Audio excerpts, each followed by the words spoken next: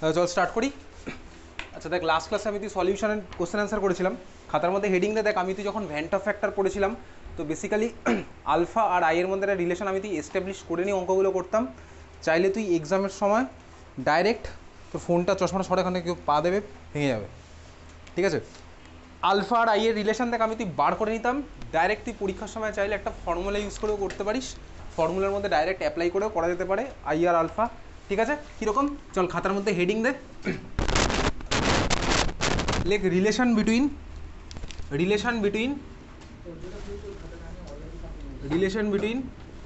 I and degree of dissociation alpha, ঠিক আছে। Relation between i and degree of dissociation alpha, okay.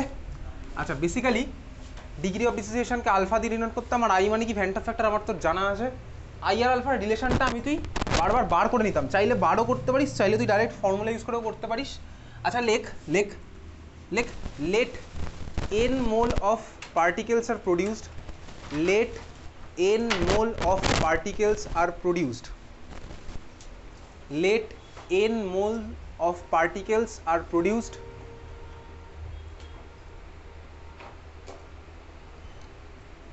লিখেছিস from one mole electrolyte, from one mole electrolyte, let n mole particles are produced from one mole electrolyte লিখেছিস। তার মানেটা কি basically দেখ, মানেটা হচ্ছে আমি in জেনারেলটা তোকে দেখাচ্ছি, মানেটা আমি তোকে বলছি। সাপোজ যখন আমি তুই NaCl নিতাম, দেখ 1 মোল NaCl থেকে আমি ভেঙে চুড়ে কী পেতাম, 1 মোল Na প্লাস প্লাস 1 মোল Cl মাইনাস, মানে টোটাল পেতাম 2 মোল, বুঝতে পারলি? টোটাল পেতাম 2 মোল। তার মানে আমি এটাকে ইন জেনারেল এন হিসাবে কনসিডার করবো। যদি বলি MgCl2, তাহলে MgCl2 জন্য এনের ভ্যালু কত হবে, 3। টোটাল যতগুলো মোল পাচ্ছি, একটা Mg+2 আর দুখানা Cl মানে সেটা টোটাল হবে হচ্ছে 3 মোল। NaCl এর জন্য এনের ভ্যালু কত হলো, 2। AlCl3 জন্য এনের ভ্যালু কত হবে, AlCl3 জন্য এনের ভ্যালু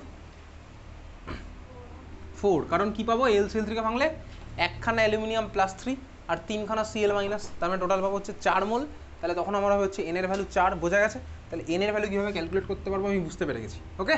তার মানে চল বেসিক্যালি আমি এটাকে ইন জেনারেল ফর্মেটে লিখছি। কীভাবে ইন জেনারেল ফর্মেটে লিখবো, ধর আমি এটাকে লিখছি হচ্ছে স্টার্টিং ম্যাটেরিয়াল কিছু একটা ছিল, আমি প্রোডাক্ট পাচ্ছি হচ্ছে ধর n নাম্বার অফ পার্টিকেল, ঠিক আছে। ধর আমার স্টার্টিং ম্যাটেরিয়াল ছিল হচ্ছে A, এখান থেকে আমি পেলাম ধরো n-খানা আয়ন, ঠিক আছে, বা n-খানা মলিকুল, যাই হোক আমার যায় আসে না কিছু। আর আমি টোটাল নাম্বার অফ পার্টিকেল নিয়ে এবার ডিল করবো, আমি আর ভেঙে ভেঙে আর দেখছি না, ঠিক আছে। তাহলে আমার ধর ছিল হচ্ছে 1খানা পার্টিকেল, ভেঙে গিয়ে আমার কি হলো n-খানা পার্টিকেল। এটাই তো লিখছিলাম এতক্ষণ তোর ওইভাবে, এটাকে আমি তখন জেনারেলাইজ ভার্সনে লিখবো, বোঝা গেল? ক্লিয়ার? চলে চল খাতার মধ্যে লিখছিস একসাথে। তাহলে এটা হচ্ছে আমার ডেরিভেশন পরীক্ষা দেবে না, আমি জাস্ট ফর্মুলাটা অ্যাপ্লাই করতে চলেছি। ইনিশিয়াল মোল চল আমি ধরে নিলাম এটা হচ্ছে 1 আছে, তখন এটা কত হবে, 0 স্বাভাবিকভাবেই। ইকুইলিব্রিয়াম মোল কত হবে, এটা ইকুইলিব্রিয়াম মোল এটার কত হবে, ডিগ্রি অফ ডিসোসিয়েশন হচ্ছে আলফা, তাহলে এটা কত হবে 1 মাইনাস আলফা। এটা কত হবে ভাই, 1 থেকে পাই n, আলফা থেকে পাবো n আলফা। এই জিনিসটা তুই বহুবার ক্লাসে করেছি, বুঝতে পারছিস? তার মানে আই এর ভ্যালুটা কত হবে, একেবারে ডাইরেক্ট লিখবো। আই এর value after by before, after আমার কত হচ্ছে 1 minus alpha plus n alpha divided by 1 final লিখবো, প্রথম ক্লাসে লিখতাম যখন ছোটো ছিলাম, বোঝা গেছে? তাহলে আই ইকোয়াস টু এটা আমার হলো। এবার আমি কমন নিয়ে সাইড চেঞ্জ করছি, আলফা আর আই এর একটা রিলেশন আমি জাস্ট লিখবো। তাহলে আই মাইনাস 1টাকে আমি এদিকে পাঠালাম, ইকোয়াস টু আমার কী হলো, দেখ আলফা কমন নিলে আমার পড়ে থাকবে n-1 ওদিকে, বোঝা গেল? ওর আমার কি হচ্ছে alpha equals to i-1 by n-1, এই হচ্ছে আমার রিলেশন, বুঝলি? তাহলে ডাইরেক্ট আমি এই ফর্মুলাটা অ্যাপ্লাই করতে পারবো, alpha equals to i-1 by n-1, alpha equals to i-1 by n-1। কখন না, যখন ডিসোসিয়েশন হলো স্বাভাবিকভাবেই, বুঝতে পেরেছিস তো? যখন আমার ডিসোসিয়েশন হলো, আলফা ইকোয়াস টু কত হলো i-1 বাই n-1, বুঝে গেছে? Alpha equals to i-1 by n-1 direct আমি অ্যাপ্লাই করবো যখন ডিসোসিয়েশন হচ্ছে, বুঝতে পেরেছিস? আলফা ইকোয়াস টু সার্ফ,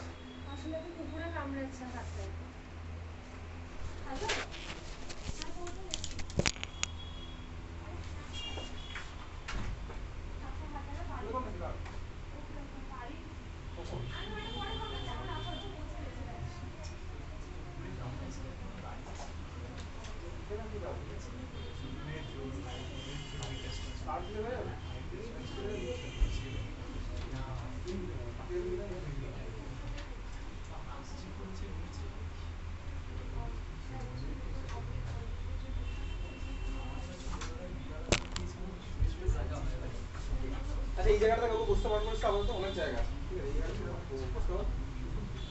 এই জায়গাটা ছেড়ে একটু বসতে পারবো।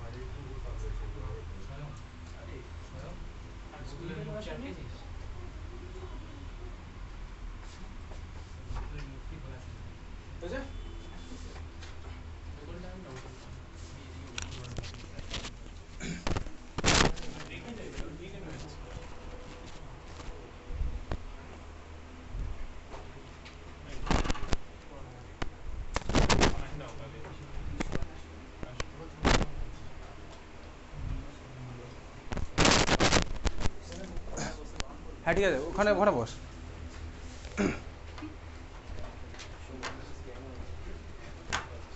আচ্ছা আচ্ছা, এত অব্দি ক্লিয়ার, বুঝেছিস? তাহলে আই আর আলফার মধ্যে রিলেশন বার করলাম যখন আমার হচ্ছে ডিসোসিয়েশন, মনে থাকবে তো? Alpha equals to i minus one by n minus one, direct আমি এই ফর্মুলা অ্যাপ্লাই করবো। এন এর ভ্যালু কীভাবে ক্যালকুলেট করছি এইমাত্র বললাম। ডিসোসিয়েশন হলে বুঝে যাবো কত মোল প্রডিউস হচ্ছে, রিলেট হচ্ছে এন এর ভ্যালু, বুঝলি? আচ্ছা অঙ্ক কোথায় অ্যাপ্লাই করবো? অঙ্কে অ্যাপ্লাই করবো হচ্ছে, বার কর দেখি যে ক্লাসে ভ্যান্ট অফ ফ্যাক্টর করেছিলাম ফার্স্ট, সেই ক্লাসটা বার কর খাতার মধ্যে। যে ক্লাসে ফার্স্ট ভ্যান্ট অফ ফ্যাক্টর করেছিলাম, ঠিক আছে, ওটা বার কর। বার করেছিস ভ্যান্ট অফ ফ্যাক্টর যে ক্লাসে পড়েছিলাম? বার করেছিস ভ্যান্ট অফ ফ্যাক্টর? দেখ ওই ক্লাসে একটা অঙ্ক করেছিলাম, দেখ NaCl দিয়ে একটা অঙ্ক করেছিলাম না? তোকে কোশ্চেনে বলেছিল NaCl এর ভ্যান্ট অফ ফ্যাক্টর আর মনে হয় পার্সেন্টেজ অফ ডিসোসিয়েশন বার করতে একটা অঙ্ক বার দিয়েছিল। দেখ ভালো করে দেখ, NaCl এর ভ্যান্ট অফ ফ্যাক্টর আর পার্সেন্টেজ অফ ডিসোসিয়েশন বার করতে বলেছিল, পেয়েছিস খুঁজে? ক্লিয়ার? আচ্ছা দেখ ওই কোশ্চেনটাতে আমি তো ফার্স্টে আই এর ভ্যালু ক্যালকুলেট করেছিলাম। কীভাবে করেছিলাম বলতো? ওই নর্মাল ফর্মুলা থেকে বার করেছিলাম, তাই না? ঠিক আছে, দেখতে পাচ্ছি অঙ্কটা খাতায় না থাকলে আমার কিছু বলার নেই। তাহলে আই এর ভ্যালু ওখান থেকে ডাইরেক্ট আমি ফার্স্টে ক্যালকুলেট করেছিলাম। দেন দেখ আলফা ক্যালকুলেট করার জন্য আমি তুই কী করেছিলাম, আই আর আলফার মধ্যে রিলেশন বানিয়েছিলাম, বানিয়ে বসিয়েছিলাম। তোর ওই রিলেশন বানাতেও পারিস তুই চাইলে, চাইলে ডাইরেক্ট এই ফর্মুলা ইউজ করতে পারিস, বুঝতে পারলি তো? তাহলে আমি দেখ ডাইরেক্ট যদি এই ফর্মুলাটা ইউজ করি, আই এর ভ্যালু কত এসেছিলো বলতো এখানে? এসেছিল অঙ্কটাতে আই এর ভ্যালু কত এসেছিলো? কত? কি 2 আসেনি ভাই? না না, একটা অঙ্ক ছিল দেখ যেখানে NaCl এর আই আর আলফা দুটোই বার করতে বলেছিল। কত এসেছিল? 1.8 এসেছিলো। দেখ একটা আই এর ভ্যালু 1.8 এসেছিলো, পেয়েছিস দেখতে? আচ্ছা তার মানে আই এর ভ্যালু বার করার পরে আলফার ভ্যালু বার করতে হতো আমাকে। তো সিমিলারলি তুই ওখানে আর ডিরাইভ না করে এরকম ডাইরেক্ট ফর্মুলার মধ্যে অ্যাপ্লাই করে দিবি ওখানে। তাহলে ওখানে আই এর ভ্যালু ফার্স্টে ক্যালকুলেট করেছিলাম, দেন তুই ওর পরে লিখে দিতে পারিস কী বলতো, দেয়ারফর আলফা ইকুয়ালস টু, ওই অঙ্কটাতে তুই এভাবে লিখতে পারতিস, মানে এখন পারবি। আলফা ইকুয়ালস টু আই এর ভ্যালু বসালি 1.8 minus 1 divided by n minus 1। N এর ভ্যালু কত হবে NaCl এর জন্য? 2 মোল আয়ন প্রডিউস হয়, বোঝা গেল? তাহলে এন এর ভ্যালু 2, তার মানে 2 মাইনাস 1, দেখ আমার সেই একই জিনিসই আসছে কত বলতো? 0.8। দেখবি ওই কোশ্চেনে আলফা বার করেছিলাম, তারপরে পার্সেন্টেজ অফ আলফা আমার বেরিয়েছিল 80, পার্সেন্টেজ অফ আলফা আমার 80 হবে। তাহলে সিমিলারলি অঙ্কের মধ্যে কীভাবে অ্যাপ্লাই করতে হবে আমি তুই বুঝতে পারলাম। সিম্পল ফর্মুলা আমি অ্যাপ্লাই করবো, না বোঝার মতন একটা কথাও বলিনি। তার মানে আই ভ্যালু যেভাবে বার করতাম ওইভাবে করবো, করে আলফার জন্য আমার ওই ফর্মুলাটা করার দরকার নেই, যেভাবে করতাম ডিসোসিয়েশন করে ইনিশিয়াল মোল ইকুইলিব্রিয়াম করে, ওইটার করার দরকার নেই। ডাইরেক্ট আমি এই ফর্মুলা ইউজ করবো, alpha equals to i minus 1 by n minus 1, বুঝা গেছে? এন কীভাবে ক্যালকুলেট করবো বললাম। তাহলে এটা ছিল হচ্ছে relation between alpha and i. এবার চল খাতায় হেডিং দে relation between i and degree of association. চল ডিগ্রি অফ অ্যাসোসিয়েশনকেও আমি তুই আলফাই ভাবছি। Relation between i and degree of association, relation between i and degree of association বল। হ্যাঁ এটা রেখে দে যেখানে ইচ্ছা, তুই তো রেখে দে না ওখানে। Relation between i and degree of association, okay? আচ্ছা দেখ তোর বইতে বেসিক্যালি ডিগ্রি অফ অ্যাসোসিয়েশনকে এক্স দিয়ে ডিনোট করতে পারে, বিটা দিয়ে, যা ইচ্ছা দিয়ে ডিনোট করে করুক, ওকে? আমি তুই বেসিক্যালি আলফা দিয়েই করি, কোনো অসুবিধা নেই। তাহলে ডিগ্রি অফ অ্যাসোসিয়েশন আলফা, খাতায় লেখ let n mole of particle associated, let n mole of particle associated let n mole of particle associated, ঠিক আছে, let n mole of particle associated. তার মানে সেই একই ব্যাপার, তোকে যদি বলি n mole of particle associated তার মানে কি, তার মানেটা হচ্ছে বেসিক্যালি এটাই, ধর তোকে বললাম বেনজোইক অ্যাসিড আমার ডাইমার ফর্ম করেছে, তার মানে কটা বেনজোইক অ্যাসিড আমার জুড়েছে, দুটো, তাহলে এনের ভ্যালু কত হবে 2।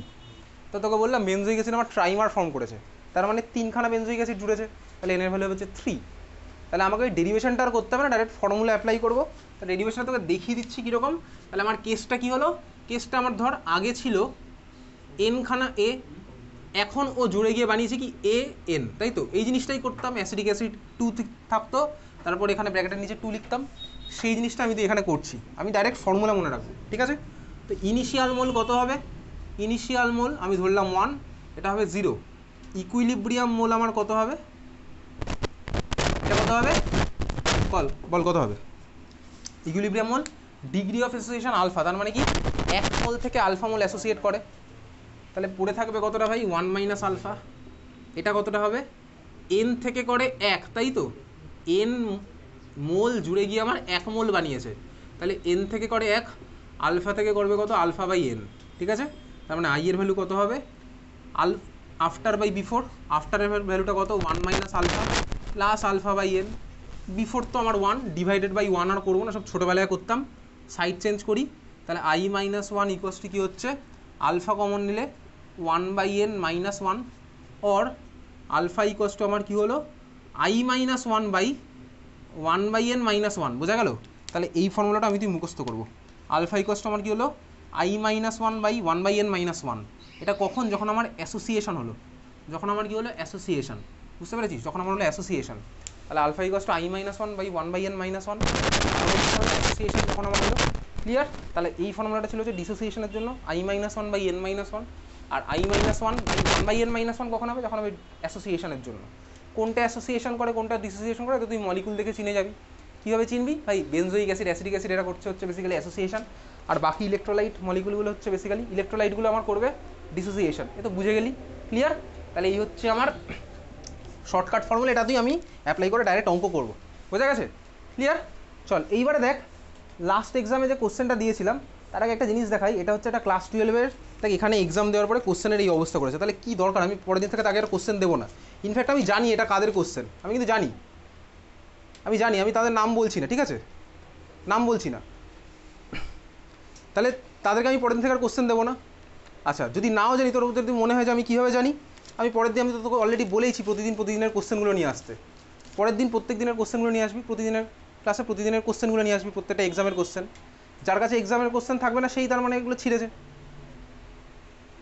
আমার দরকার নেই ভাই, তাকে আমি কোশ্চেন পেপার দেবো না, দরকার নেই, ডিজিটালি পরীক্ষা দেবে সে, ডিজিটালি ভালো সব কিছু।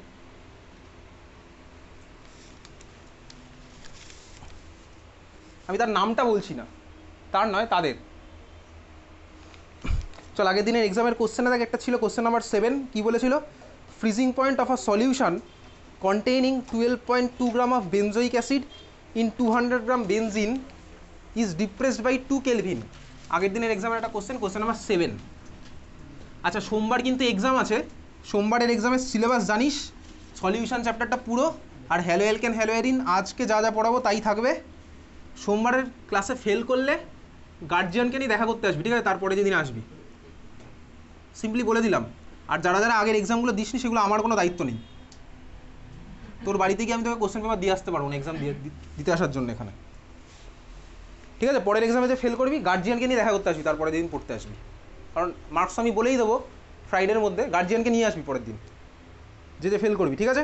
পাসিং মার্কস আমি পরের দিন এক্সামের সময় বলে দেবো। কোশ্চেন নাম্বার 7 কী বলেছিল, freezing point of a solution containing 12.2 gram of benzoic acid in 200 gram benzene is depressed by 2 Kelvin। আচ্ছা ফ্রিজিং পয়েন্ট ডিপ্রেস করেছে, তার মানে কি, তোকে ডেল্টা টিএফ এর ভ্যালু 2 Kelvin বলে দিয়েছে, বোঝা গেল।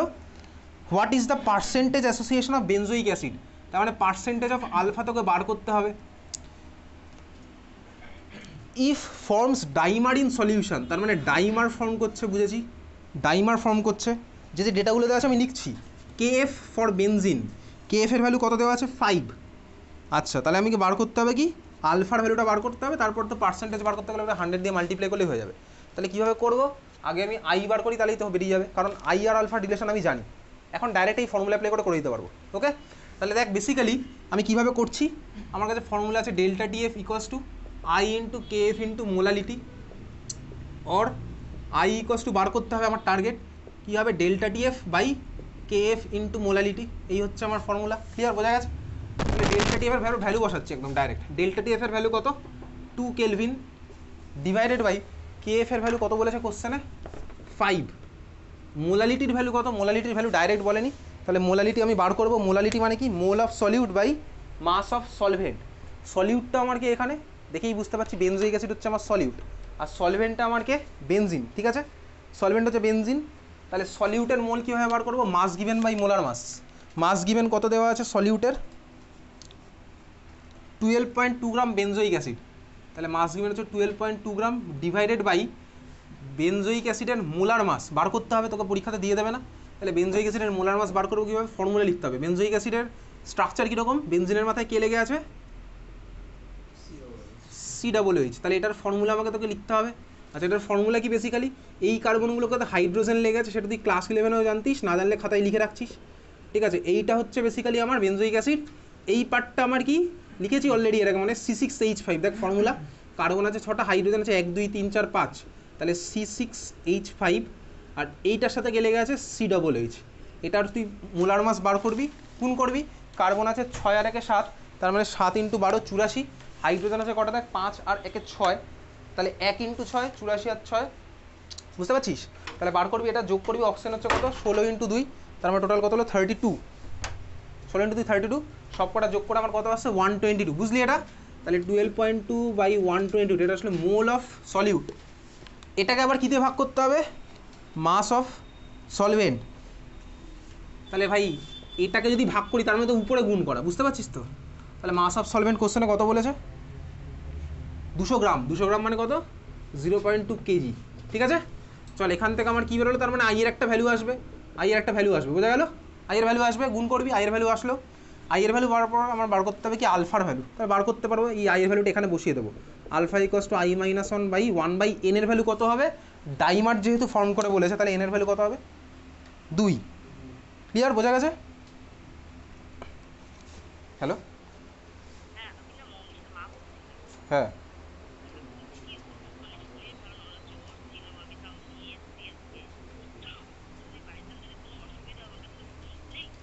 হুম হুম,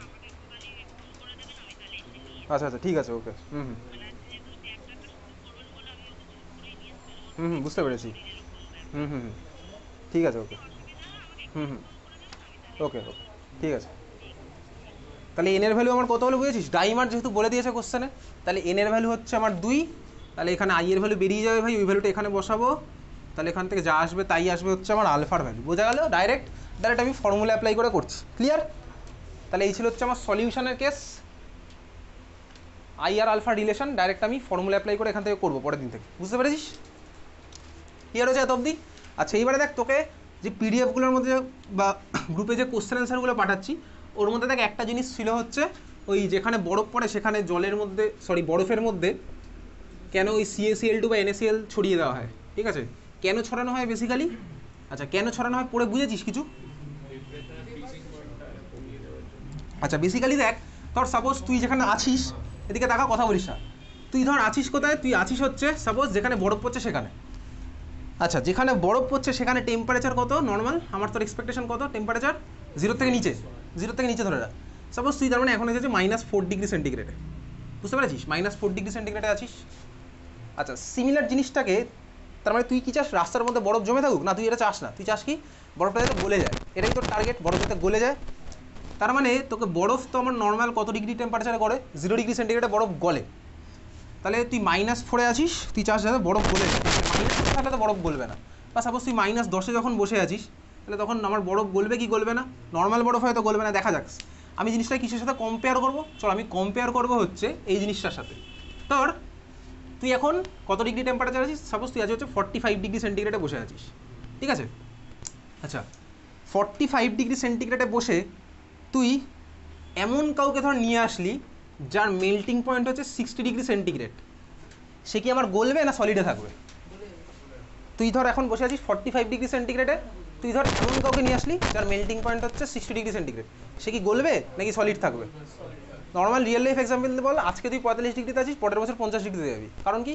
গাছ কাটছি আমরা সবাই, কাটি গাছ, ঠিক আছে, 50 ডিগ্রি, তারপরে দেখবি 65 ডিগ্রিতে যাবো, আস্তে আস্তে যাবো, কোনায় কোনায় এসি লাগাতে হবে ঘরের, ঠিক আছে? সেটা কোনো দিনই সলিউশন না। ওই গাছ লাগানো আমাদের ওই এসেতেই লিখবো, ঠিক আছে, এনভায়রনমেন্টাল পলিউশন কীভাবে কমাতে হবে আমরা এসেতেই লিখবো, ওই এসে থেকেই নাম্বার পাবো, রিয়েল লাইফের অ্যাপ্লিকেশন কোনোদিনও হবে না।